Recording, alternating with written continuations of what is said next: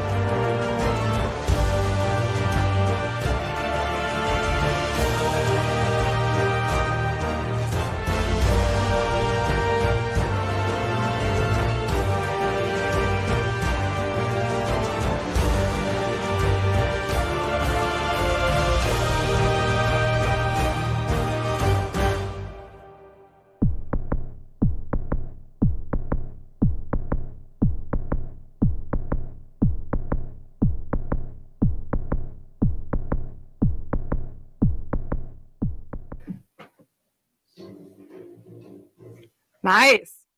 Florian will be interviewing none other than Houdini legend Jeff Old School Wagner from SideFX.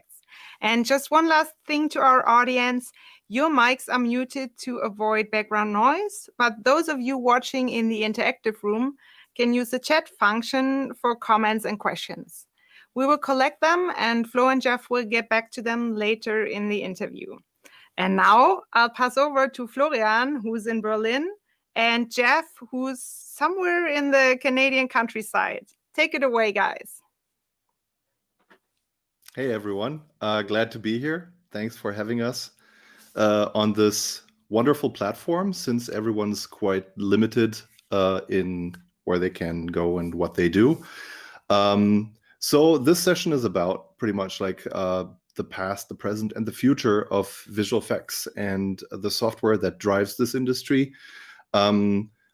Myself, I can only tell you that I was, like always, a computer graphics enthusiast, and I just remember that In 1996, when I was 18 years old, I was in Hanover at the CeBIT computer convention, like the biggest in the world at the time. And I was kind of strolling around the hall with all the computer graphics companies. And then there was this one guy with his workstation who asked me like, "Hey, Florian, do you want to see something cool?" And I said like, "Yeah, sure, whatever." And he was presenting a software at the time that was called Prisms, something that we all know now as kind of the founding stone for SideFX software from 1987. And he said like, "Hey, do you want to see how to procedurally animate a ball?" And I said like, "Yeah, whatever. Show me whatever. Show me your best." And he was showing me a ball that would not be keyframe animated, but he was taking the absolute value of the sine function and then multiplied it by 1 through x, so that the curve that the ball was bouncing on was gradually getting smaller and smaller and smaller. And I thought to myself, like, who would ever animate a ball like that? Anyway, here we are, roughly 24 years later, older and much, much wiser. And the next person, or like the person in this industry to talk to, is kind of the guy who knew back then already that procedural was the way to go. So here's a look at what Houdini is doing for this industry and what SideFX software has been creating.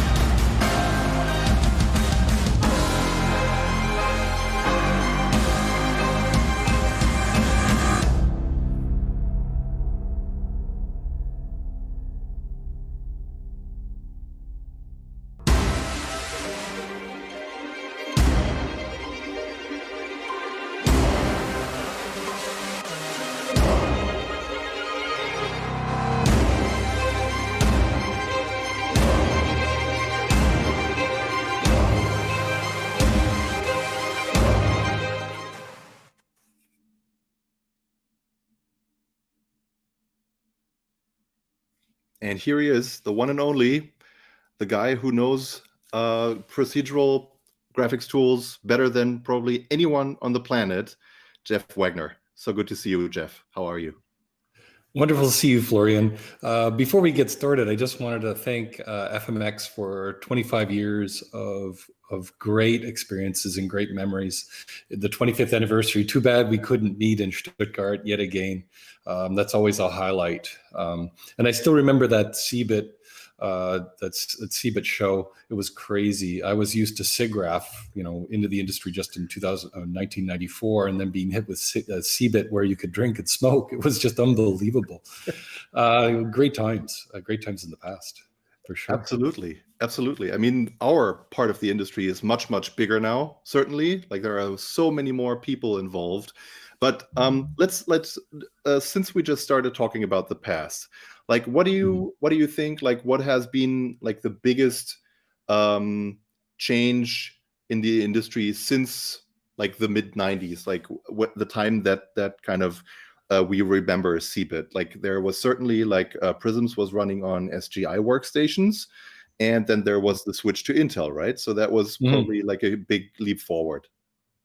Yeah, I mean, SGI machines were the machine of choice for doing anything graphically back in the day. They were the only hardware that could handle the complex effects that were being required. And back in the day, only a certain proportion of the effects were being done. Everything else was still being done practical. I mean, I'm always looking at, given the German background and Volker Engel and all those pioneers in the German industry working on Independence Day. And there's this direct connection between Centropolis, which was a great studio in the day, and Film Academy, and the students rising up into the German industry was amazing. So SGI's ruled the roost. And then there was this big change to Intel and Windows, for sure. And we were early adopters. One of the developers who's still with us today did the Windows port. I still remember that very clearly. I was actually in Toronto because there were nobody making dual and quad processor machines. I was actually in my garage building hardware to supply those users that were switching from IRIX, which is SGI, over to Windows. So I would be well, I shouldn't use the word smuggle, but I was actually bringing in FireGL graphics cards, which were also German. The software, I believe, was also German at the time, and bringing them into Canada and building these machines just to support that. So for me, it was a big change, and I saw where things were going, and I was ready to build these machines to fill in this temporary gap, right? Because reliable graphics cards with reliable infrastructure were hard to come by. This is completely off the side from SideFX, and then another big change, again on the hardware side, is the switch from 32-bit hardware. You got to remember, up until the mid 2000s, everybody was working with just 4 gigs of memory, maximum addressable on Linux if you had everything tuned.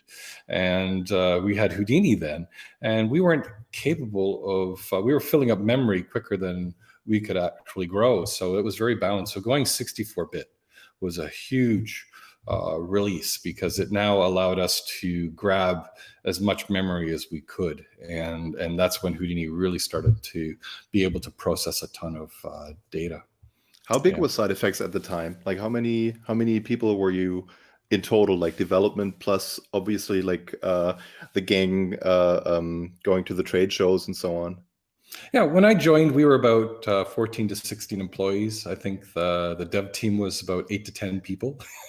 And we stayed growing up to about 20, 30 through the 2000s and early 2010s. It's recently that we've grown to the size we're at. I think we are over 100 people now.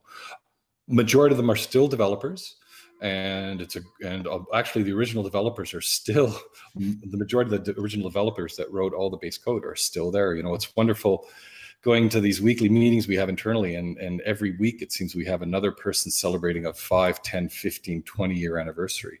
And I celebrated my 25th just last year. So so this knowledge base sticks with this company. It's amazing. Well, obviously, like just that you mentioned it with the 64-bit architecture and like the available memory being so much bigger. I mean, there have been kind of a push for moving stuff onto the GPU for quite a while now. There's been like renderers like Gelato, and now there's a lot of game engine technology around, also amazing demos. Like, how's that impacting your work at SideFX?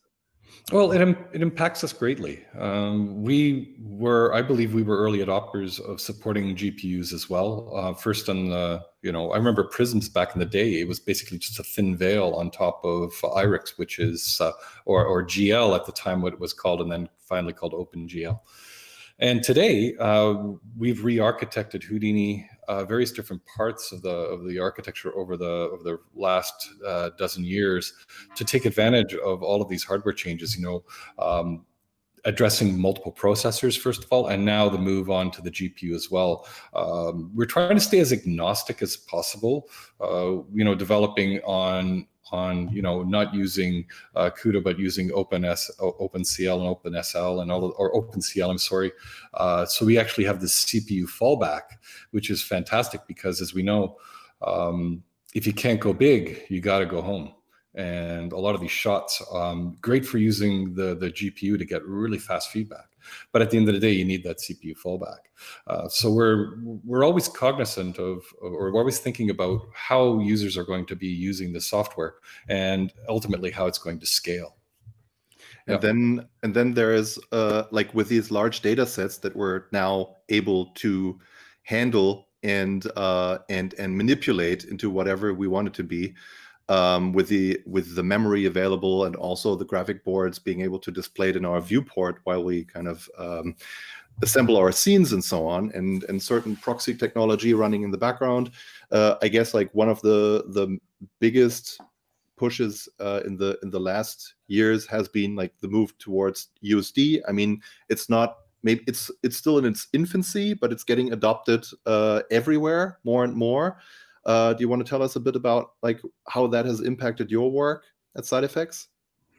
Well, USD and Solaris, we were involved. I personally have been involved in a few studios that have used Houdini to do lighting end to end, and so we learned a lot of lessons. We adopted Alembic fairly early on, not early enough, but fairly early on. We were able to do everything inside of Houdini except have that scene graph with all the delayed load goodness that you would get with it. So when we saw USD come up, we were already working towards a new lighting platform that was going to be all procedural. And then USD showed itself and was very promising in terms of a back-end architecture that we could build our lighting tools upon. And that's when Solaris started. And so we've been diving headlong into this. We've got a big developer team working on this USD. And this whole idea of providing collaborative workflows is great. And the one thing about USD, which is pretty cool, is it's a cache. There's many different parts to USD, but at the heart of it, it's a cached format. And that sort of put shackles on us. So we weren't going to build this Rube Goldberg procedural lighting tool that would become so complicated and get logged down. So USD constrained us very nicely. And and we knew that this was going to be a good thing. And Pixar have been amazing collaborators with, building this amazing tool, listening to us listening to them, and every release with USD is giving us more and more features that we can exploit inside of Solaris. And all the render delegates, I mean, we're all using the same cameras now, the same lights, the same stages, the same geometry. I know, finally. So, and not only that is studios can still pass digital assets back and forth. So it's win-win for us anyway. I mean, now the whole industry is so collaborative anyway. I mean, we're getting handed assets from ILM and from Weta, and we're pushing them back and so on. And I think it will only improve like once USD has been fully implemented and everybody has figured out their bits to make it work. I mean, this is amazing. And this was actually a very good example of how tech savvy you are, that you're not just demoing at conventions, but you're actually like supporting customers everywhere, like you're a good friend Yep. of ours, and our team couldn't live without you. And it's just lovely to see you. Like, it's really a shame that we can't hang out at FMX this year and have a beer. By the way, I have my beer ready for later for the after show party when we'll hang around in our open chat, and we can still kind of take questions from everyone and kind of unmute the mics. Anyway, but talking about how tech savvy you are, like we always understand you as kind of the middleman between. Obviously, you care about your customers, but also like you're a middleman between development, your customers, and which is like a mix between artists and like what the artists want and what the companies want that buy your products. And then there is also like the innovative part where there are certain tech bits that pop up, or some white papers, or you chat to someone at a company, maybe an interesting open source project. Like, how do you balance between those three subjects? Like, how do you spend your time doing customer care, check out like what's new on the market, and at the same time talk to your developers and so on? How do you do that? Well, to begin with, I don't know where the balance is. I really don't. I live, eat, breathe SideFX and this industry. You know, from the moment I wake up to the moment. Uh-oh, Canada's going offline.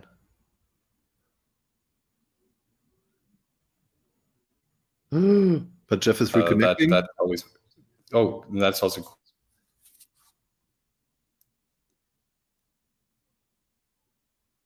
important to do. Yeah.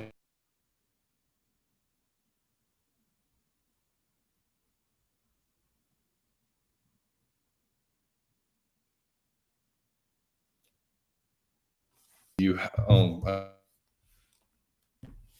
think you guys are lost me again. Is it me or is it you? Yeah. It's not you, it's me. Okay. So one of the things, yeah, I'm back again. Okay. So it's basically just putting myself in a position where I can listen to the customers. And I have a hunch where the industry is going to go, as everybody else at SideFX does. And I would look and see where the needs are. You know, we might have a new tool that's out in the software, and I like to see how it's being used. If not, if there's any issues, bring them into the development team. And then I get to play with the software every day. You know, firing up current builds. I'm mostly in daily builds and in the production builds, and not so much the daily builds that are coming out of R&D, because I really want to experience the software the way our customers do on all the various different OSs. And education has consumed a lot of my time these days, and that all helps support our customers, because at the end of the day, it's about supporting customers and not giving them black boxes, giving them tools that artists can use to deliver great work. So you do actually lock yourself in from time to time and just play around with the new features then? Yeah, absolutely. You have to. And I like to use the new features blindly. Even though I watch the daily trace, you know, the daily talks about the features, I really like just to sit down with the latest build and just dive into a tool and see if I can figure my way through it. And from that, I don't have any preconceived notions. Generally, I'll understand why the development has happened. Many times I will have been involved in some capacity or driving some sort of the customers in that direction. So I have an understanding of what the tool should do. And then I just love diving in and seeing if I can break the software. And more often than not, it delivers what I want. But these days, we're more considered about UX, you know, user interface and design. And that's also an interesting dimension. So it makes these tools more interesting to play with, because not only do you have to work with them inside of this network interface that we have, is that you now got to figure out what UI the developer team has put in the viewport. So hotkeys are always a question to see where we're going to go with that in the next release. So it's makes for lots of fun. Yeah. And also it makes it the software so much more accessible for like a larger mass of people, right? I mean, in like the switch from SGI to Intel, suddenly there were like thousands and 10,000s of potential customers and artists who suddenly had access to the software. And now I would imagine like making a software more accessible, and at the time with prisms, obviously, like it was kind of more a tool that was considered to be from the effects niche. And even Houdini at the beginning was kind of considered to be like an effects tool. But now with Solaris for lighting and scene assembly, and then you've got all the crowd tools and the animation tools and the modeling tools and so on, like a large scope of new things that actually makes it accessible and more interesting for more people. Mm-hmm. Yeah, well, I could go all the way back. There was, it wasn't until Houdini 5.5 that you could actually touch anything in the viewport in Houdini. So that shows you that up to that point, our users were, the niche users we had were very satisfied in working directly in the network, but we knew that we had to expand usability into the viewport. And Houdini 9, the shirt I'm wearing right now, was a huge release for us. It's the only release where we actually had to carry over a year. So we really thank our users to this day that stayed with us over that transition, as we actually have buttons now that you can click and do things. And that was really the opening to the modern Houdini that we have today. And that was a lot of groundwork and decisions that were made. And moving forward, we now have Python viewport states, which are huge. I knew they were going to be huge a couple of years ago when we first started that work. And now in the current Houdini 18 release, they're pretty awesome. But in the next release, they're going to be super awesome and a lot more accessible. And it's all about the artist. Procedural networks are always going to be I'm always going to be a fan of procedural networks.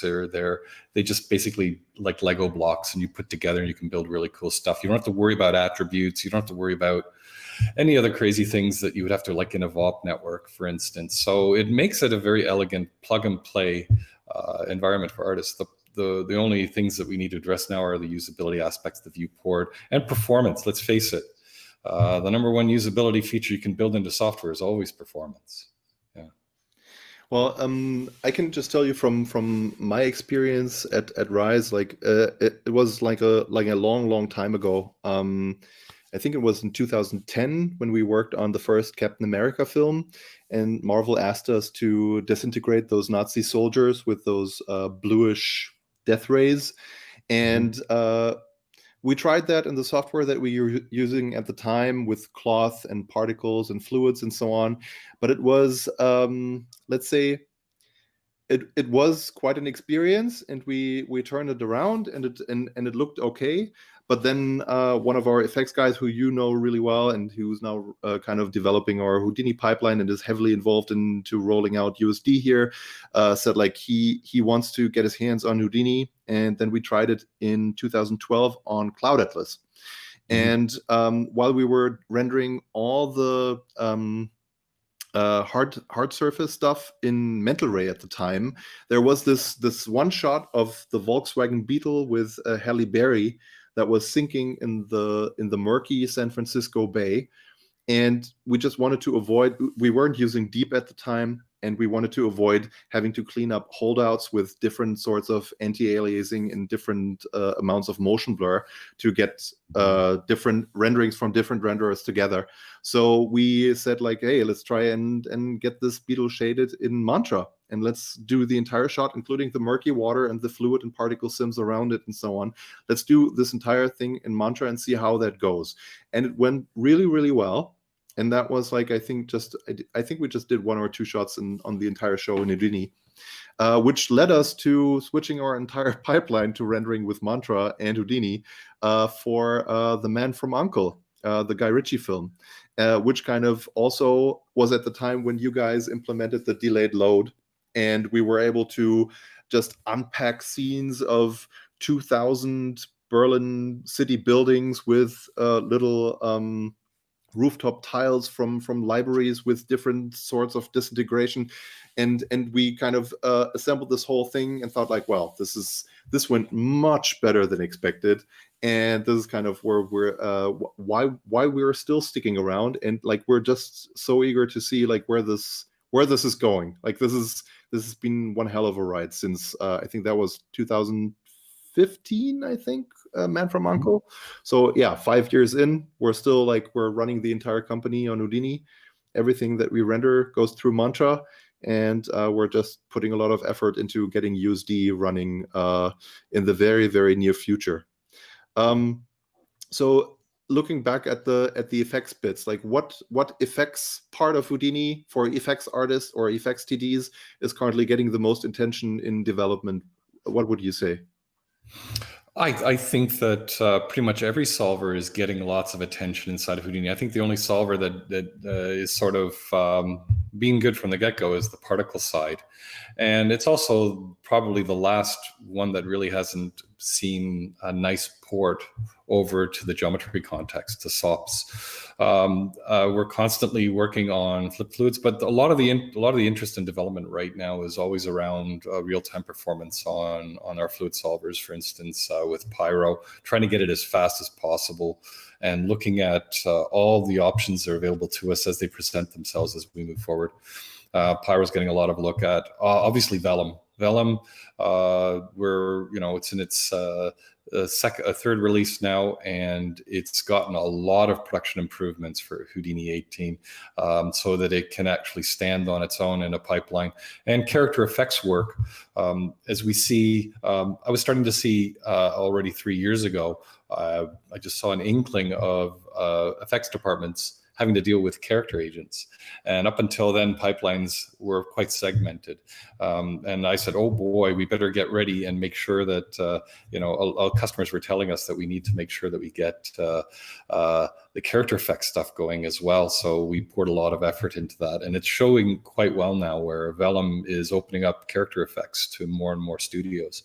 And Houdini is now spreading beyond effects. Although we have to thank the effects artists in Houdini, because they seem to have an enthusiasm for this product, so they will definitely do their utmost to see it spread throughout the facility. So shout out to all you guys out there, girls, that are pushing Houdini in pipelines. That's awesome for us. Yeah. I mean, the biggest advantage here, I would say, is like certainly that if everybody's using the same tool and you're not switching between a lighting software and a modeling software and a texturing package and a crowd simulation software and whatever, and having it like as a unified platform, that also gets more people engaged with like different disciplines. Suddenly a lighting artist might do a couple of changes on a spark simulation, or some effects artists might just spin the lighting around to make it more interesting, like based on the current sim. You can kind of use particles to light your scene, and like proper fluid color values to also use it for lighting and so on. And all that stuff has been tremendously helpful, like just having the team, everyone, no matter where, like working on with the same software. Yeah, I'd always argue that Houdini is a pipeline in a box. It truly is. And that's the way that we support this package. If you take a look at the way a traditional pipeline works, is a lot of those disciplines that you mentioned are handled by in-house systems, or they were handled by in-house developers working on their own pipeline tools and their own interface tools. And we grew up in this little narrow niche of FX, and they lived outside of these particular departments inside a company. So we learned how to be that development arm for these Houdini artists in production. I mean, that's why we have the daily builds. It's so that if you have an issue, we can address it very quickly. And the way that we can move data across between different facilities, I'm sure you've shared assets and work with other facilities. And I'm sure that work was much easier to pick up than it would have been with other aspects of the pipeline. And that opens up a lot of bridges. You could build a really cool digital asset that does that blue, does the blue halo lens effect. And other than rendering, you can pass that on to another facility, lock up tight and put protection on it. And then that other facility can nail your look for those last minute work that needs to push out the door. and of course, that's also why we have a render engine. We always shipped a renderer because we wanted to, first of all, make sure that our software works with a render engine. And secondly, it's nice to have as a fallback. And I always call Mantra the renderer of last resort. And the reason why that is because when a particular renderer falls over on a specific shot, we just have this ability to enhance Mantra and give out timely fixes so that you can actually render those huge data scenes.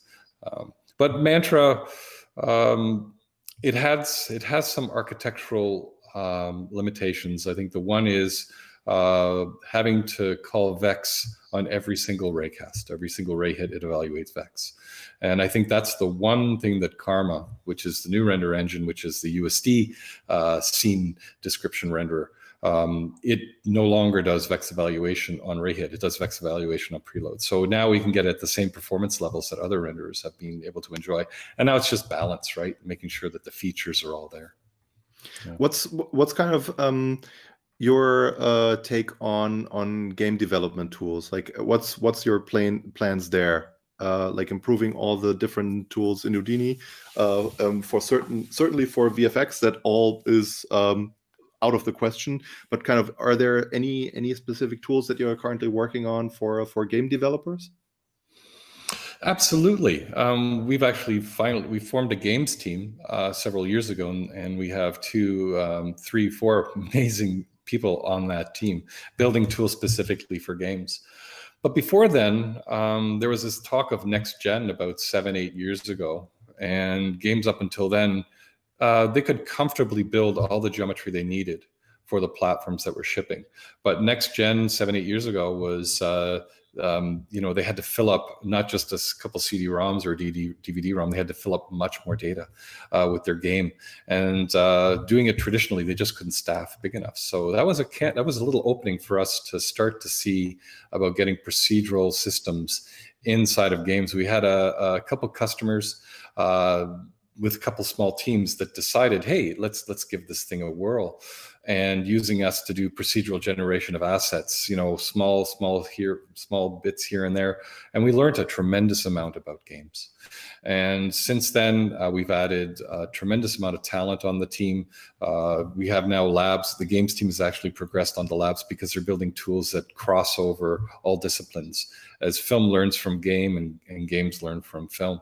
So, and we really want to offer a procedural pipeline approach to games. I'd argue that even including effects and games itself, I'd say the majority of the departments in the broad scope of the world still really haven't discovered proceduralism yet. So, and Houdini is a wonderful way to get procedural in your game engines. And that's outside the small procedural tools that you might build in game that the developers will be building to enhance one part of the pipeline. Whereas with Houdini, you can actually tackle much broader parts of your game production, and even explore things like, well, if it's FBX, let's see what Alembic might look like, or what would USD look like, and really see how much more efficient you can get the pushing of data, and doing delayed load as well. And and also we actually have a large number of very large companies now utilizing us, which is from EA. I was actually worked on an EA game in 2000 and 2001, Formula One.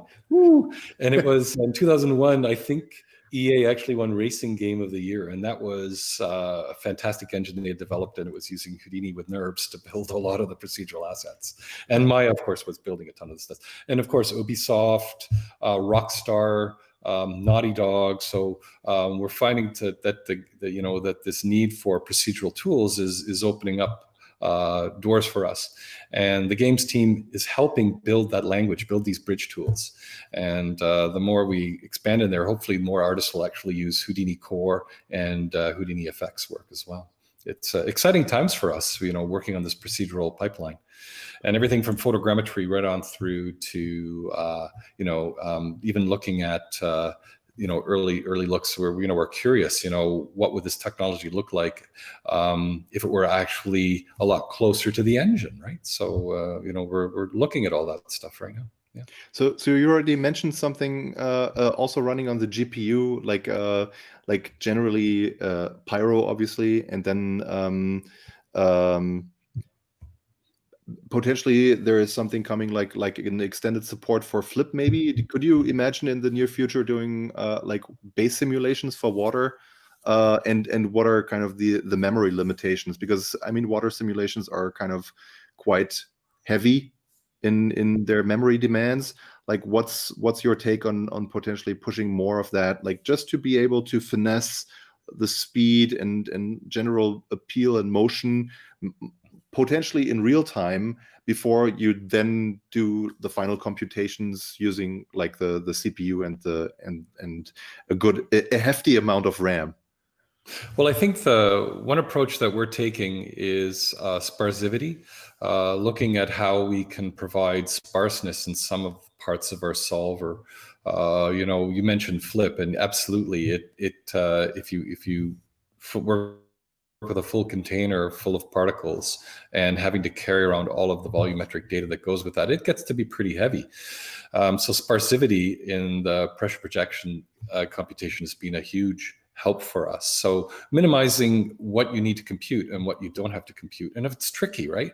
Because every sub-step you have to decide, what do you need to concern yourself with? Let's say if all of a sudden the artist decides to grow a spaceship in the middle of the fluid that in the previous sub-step had nothing in it. So you have to, it's really challenging because that's what will invariably happen. I mean, you add sparsivity and then the users will try and break it and do really crazy stuff with it. So having an open system allows us to do that. And then we backfill with tons of daily builds and fixes as we mature a new part of the technology. So sparsivity on GPUs is tricky. I'm not an engineer, but I do see the discussions around those topics, and it is quite tricky working with fixed containers. And not speaking too much about what's coming in the next release, but there is more of an acceptance to use the GPU for specific solvers. That's going to be very interesting for the obvious reasons. Competition is great. It's great to see, and it's great to have a platform like Houdini that actually allows us to develop and rewrite parts of the software as we go, to keep it modern. I mean, Karma would probably just scream for GPU support at some point, right? Absolutely. And we actually showed a bit of that. I don't know if those who were paying attention when we had the release in Montreal about a year and a half ago for Houdini, I think it was Houdini's 18, when we were showcasing Karma, we actually showed a bit of GPU accelerator. And this is the brilliance of Mark Galent, who's been employee number 1 at SideFX for the longest time. And I think he's written more production renders than anybody I know. And so he's the chief engineer and scientist and mathematician behind Karma. And he architected this thing to be future safe, at least for the next 10 years. And he added the ability to add any ray accelerator you want. And not only that, it's GPU friendly for denoisers. And this means that we can swap in, let's say, an Embry ray accelerator, which is what we're using. We also tried out the old ray accelerator from Mantra, and Houdini now, or Karma now, ships with the Embry ray accelerator. But we also played around with the RTX ray accelerator, and it worked very well. Unfortunately, it requires a lot of engineering to get it to be production ready. So we'll see if and when that does get out there. But Karma, again, it's just like Houdini. It's a great platform that'll allow us to carry forward the rendering torch beyond Mantra. Yeah, in the near future. Yeah, in the near future, and of course, like seeing how modern game graphics engines also take advantage of real-time GI and ray tracing, obviously only to a certain extent, but let's wait a couple of years and see what happens. That might be kind of the next step in evolution. Who knows? Yeah, with the big caveat. Right now, if you're working on games, you already know that with development on games, it requires a lot of build time to actually pre-compute a lot of the lighting and to make it aligned properly with with the game engine itself. Whereas our demands are a lot more strict. We have to keep as much real time as possible, or at least interactive, shouldn't use, but interactive. So that means if you change a slider, you want to see immediately the look of your lighting. And so that's the game we're trying to play inside of Houdini, is how interactive can we make it brute force, and see what we can push the hardware that way. So we don't have to go through this baking process. Having said that, you never know. These days with the R&D team we have, we'll see what happens in how we approach things. But right now, we want to brute force everything. Well, then let's take a look at kind of what you have been working on, or like companies have been using Houdini for in their games development, in a little reel that you've put together for us. Okay? Fantastic.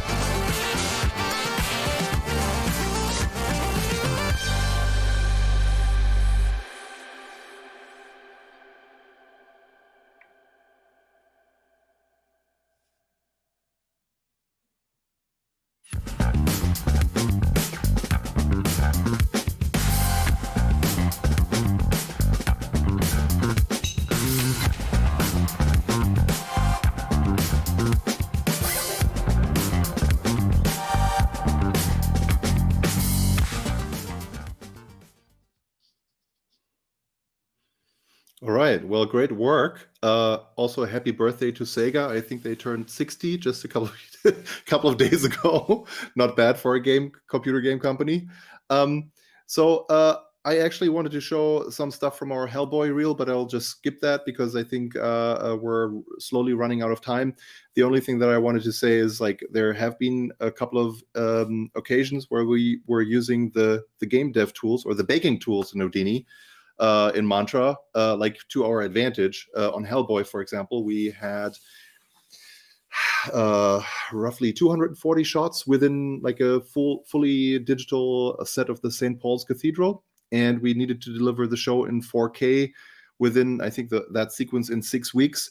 So one of my partners here at Rise and the supervisor on the show, Marcus Dagan, he and his team, they started baking everything, the entire lighting, like the lighting, the flashes from the thunderstorm outside as light maps. And so everything was kind of controlled in comp. And in the end, we had render times of something between 45 seconds and 3.5 minutes per frame in 4K, completely 100% flicker free. And the only thing that we still needed to ray trace was kind of the reflections on top of everything. So having learned that lesson, we also used it for Shazam to bake light and textures, and to kind of get render times down and the quality of our renderings up.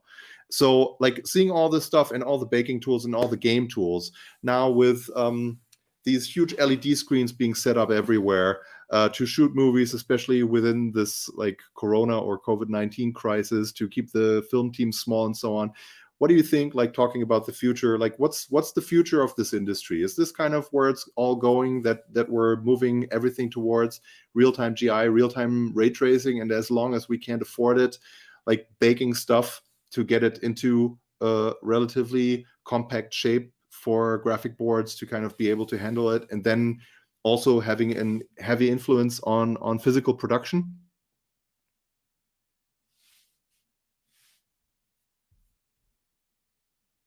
I think you're muted, Jeff. Sorry. There's like there we go. The future of, yeah, because the dog was barking. the future of film production, it's not going to change.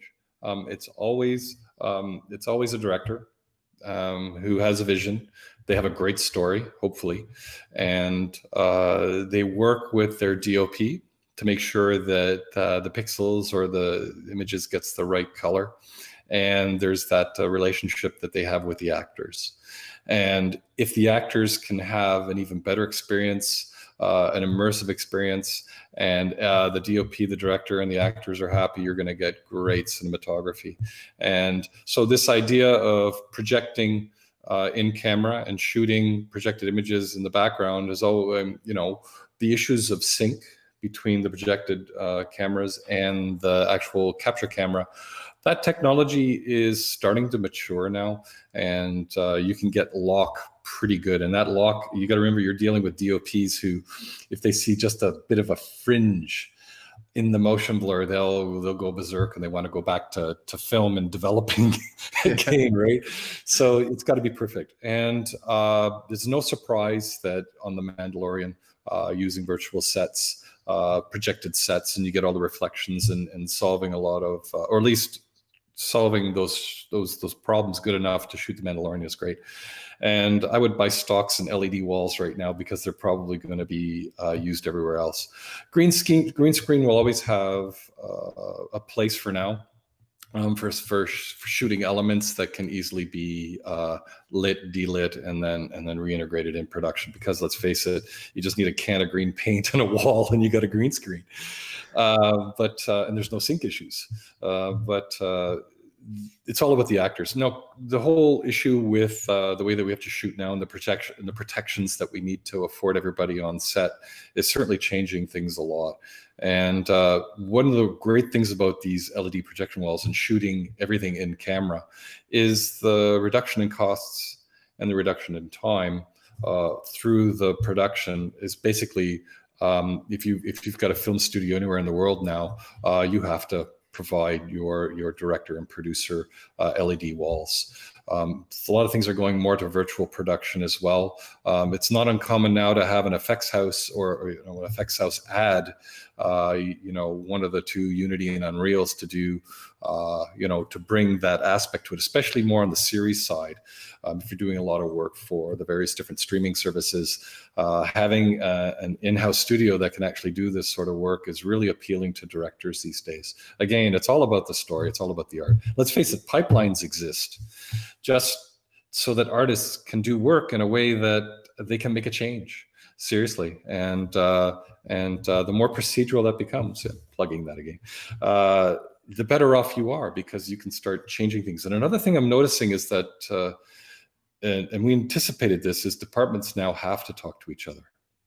They have to start seeing what one department needs. So these dependencies are now starting to build between these various different departments. And to be honest, that's what the PDG exists, is it allows you to build really cool networks that build in really funky dependencies, or very straightforward dependencies.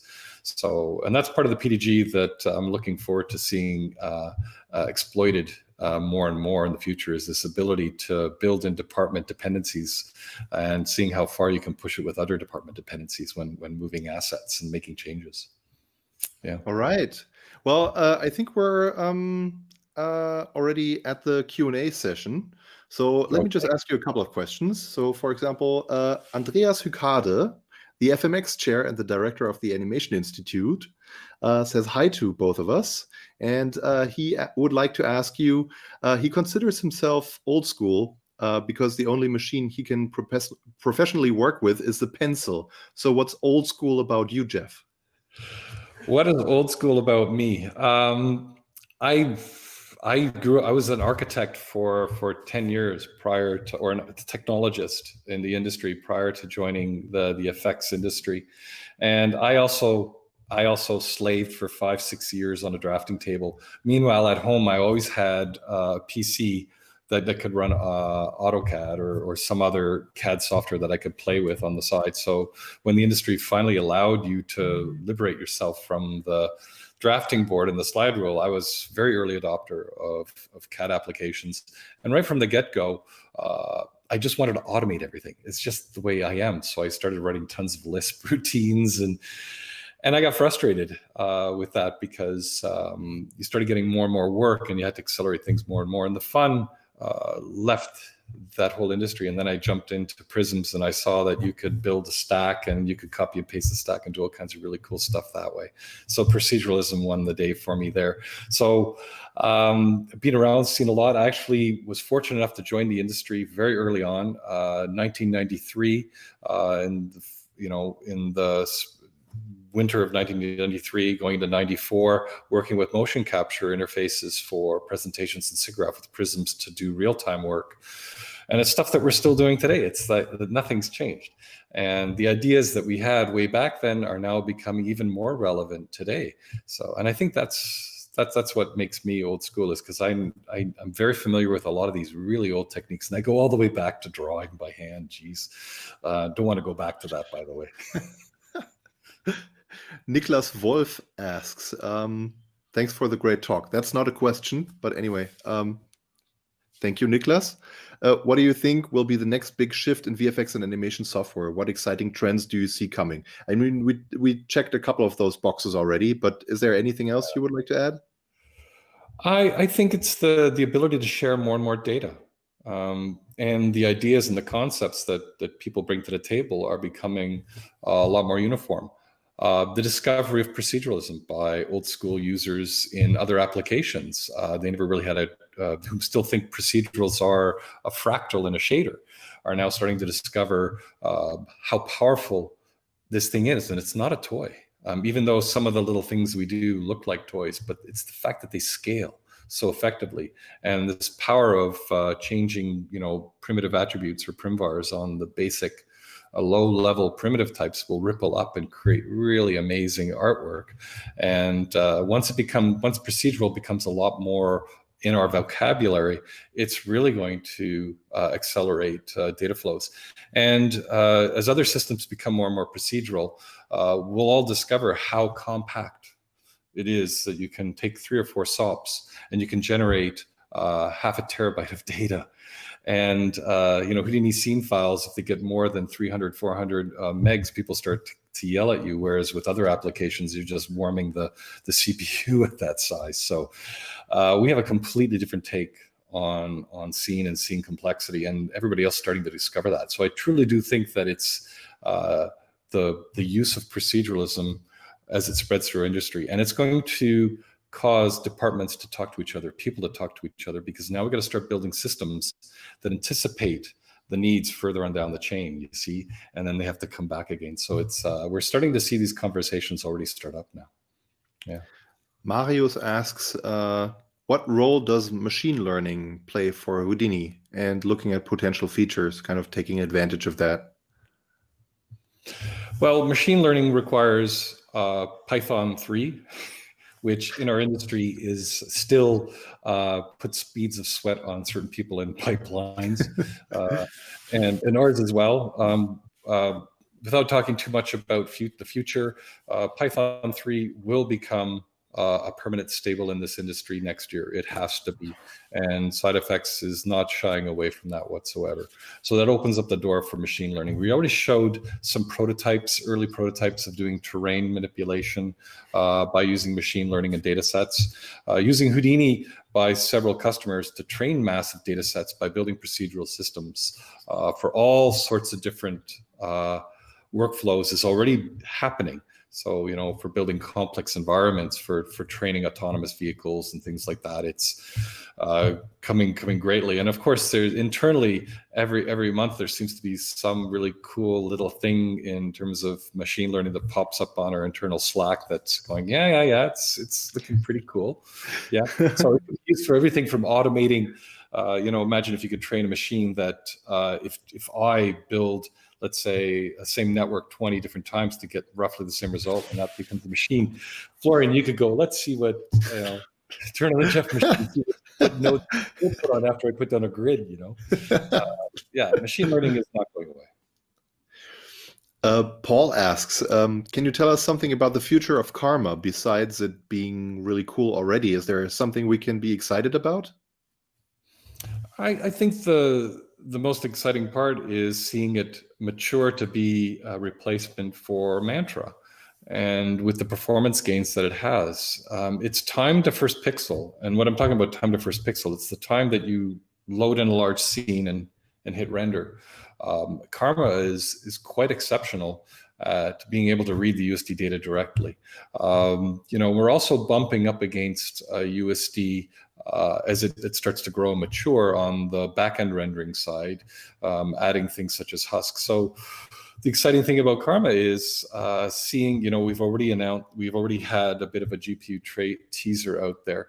But for me, it's just the future safe of Karma, right? Imagine a year or two from now, let's say there's a brand new rendering technology that comes out from some clever engineer, and we're able to take Karma and quickly ingest those features and give that to you. Same way we did with Mantra when it was in its prime several years ago. We were able to keep pace and add all kinds of amazing functionality. And I see Karma being that same tool moving forward. So very exciting. Houdini fans says, nice shirt, Jeff. We talked about his shirt already, but yes, nice shirt. Also from me. I'm a bit jealous. I got a few of them. Marco asks, Jeff, what CG software do you secretly use besides Houdini that no one knows about, and why? Oh, that's a good question. I do, let's face it, I'm an architect at heart, technologist. I like supporting my wife. She is an architect, so there's no mystery that I'm in AutoCAD. We actually have AutoCAD licenses that I keep and maintain for her. And what's awesome is the same Lisp routines I wrote in the 80s still run in today's application. And we learn at SideFX. And that's why, we always try and maintain this backward compatibility as well, being able to load in HIP files that are umpteen years old and still load in. So, we learn these lessons. Other software, I really do like SketchUp. SketchUp is great for bashing out 3D kits for architecture. And like everybody else, downloading lots of open source tools is great. There's also the renders as well is quite wonderful. There's a trend now for renderers to be somewhat open source, as well as a lot of the bigger players are now offering a license to use at home. So I've got pretty much every render delegate I can get my hands on running inside of Houdini 18 right now. So that's pretty much a synopsis of the 3D side of the tools that I use, for sure. Yeah, but mainly it's Houdini. Paul asks, as Blender is awakening some interest in the industry at the moment, do you plan to look into some collaborations like a Houdini engine plugin for Blender, for example? That's interesting. We keep on hearing a demand, more recent demand for Blender. We're actually seeing a lot of studios now considering Blender as a production tool, and that's something that we definitely do take into consideration. As far as SideFX is concerned, I can't say very much on the whole Blender front. We are for sale, and we do sell software, and it makes it a bit tricky to integrate with the Blender universe. But having said that, it is an interesting development in the industry, and one that we're definitely not going to shy away from. So we'll see where it goes from there, for sure. Ricardo Pons would like to know, a question for Jeff. How do you see the strengthening of Houdini's integration into real-time applications, be it games or even VFX, and what are SideFX future plans in that area? Again, we checked a couple of those boxes already, but yep. Yeah. Well, there's Engine. We didn't really talk too much about Engine. Engine is basically came out of the batch version of Houdini, where you can run it at the command line, and that's seen a lot of improvements and enhancements over the years. We also have expanded Engine with this Houdini API, which we call Happy, that allows you to tie assets inside of third-party applications, and we're continuing on looking at bridging that and compressing that to make our technology even thinner on top of the applications that are running us. And so that's still a long way off if as we get tighter and tighter. But real time, right now inside of Unity, I believe it's in Unreal, you can actually hit the play button forward and actually do some work inside of Houdini. Obviously it's limited to the platforms that support Houdini, mainly Windows. But that's an area of tremendous interest for us, is how close can we get the Houdini to the end platforms, right? The engines. Let's face it, most artists in games are in Engine anyway, and they expect tools to be there. So Engine, our version of Engine with the Happy interface is seeing constant improvements, and the next release is going to see tremendous steps forward in both platforms, Unity and Unreal as well. So this is the last question that we're going to take in this format, and then we'll head over to the pub, as you know, and then we can discuss all the other questions that are still in the chat. Alexei 3D Max is asking, question for Jeff. Do you plan to develop Houdini as a pro character animation software, like facial expressions, full body motion capture, to make one storyteller software? Will that happen anytime soon? Well, a bit of background, as there always is with SideFX and me. We have done full productions with characters in the past. As a matter of fact, our rigging tools have seen tremendous amount of improvements in the past. We learned some really cool lessons working with a couple feature animation productions, and that if you don't have a tumble ball that directly tumbles, they won't use you. So we add these things as we need to in the UI. But I think we've gone as far as we can in terms of performance. So constantly seeing, we're constantly seeing where we can go with character. I can't say what we are working on right now. just other than we've taken this hammer and with all the lessons we learned in the past, and knowing our architecture the way that we know, and we've become very familiar. R&D has become very familiar with the strengths and weaknesses of our architecture to a great extent now. And so when we do foray into new programs and new staffing of teams to work on specific functionality, we will re-architect in such a way that we'll end up with a really kick-ass tool. Other than that, you're just gonna have to wait a few months to see where we come up for air and see whether or not we're on the right track or not. But yeah, I can't say too much more other than that. Yeah. All right. Well, thank you so much for your time, Jeff. It was so nice seeing you. Great seeing that you're doing well, and that your team is well, and that like everything is moving along just as it should without this apocalypse happening outside. So thank you so much for your time. It was so nice talking to you. I hope to see you in person in the very near future somewhere on this globe once the crisis is over. And yeah. And thank you, Florian. Thank you, Vanessa. Thank you, FMX. And again, happy 25th. Too bad we couldn't meet in person. And I'll hand over back to Vanessa. I just can't wait. Thank you so much, Florian and Jeff. We could listen to you talk for hours, and there were some more questions that we couldn't cover, but we got a great glimpse of your knowledge and experience, and it also felt like listening to two friends chatting by a fireside. And we invite everyone in the interactive room to stick around now and hang out with Flo and Jeff for about 30 to 40 minutes, kind of like the after show party. Just unlock your cameras and microphones in the top left corner for this, and we will let you join in a moment. Thank you everyone for watching. If you have any suggestions or comments about the highlights of FMX, just write to us, highlights@fmx.de, and we'll do our best to include your feedback in our future program.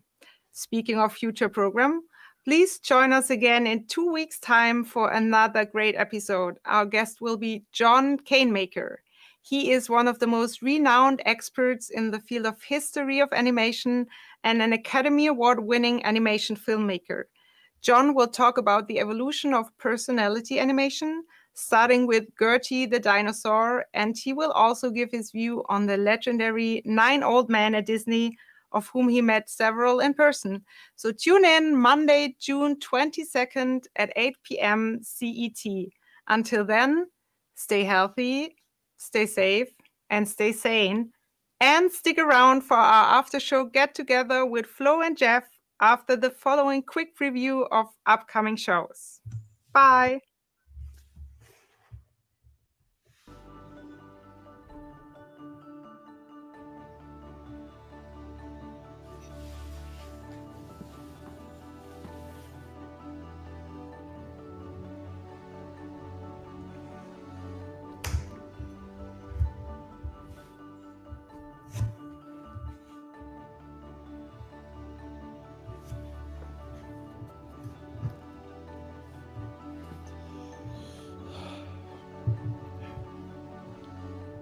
Spin.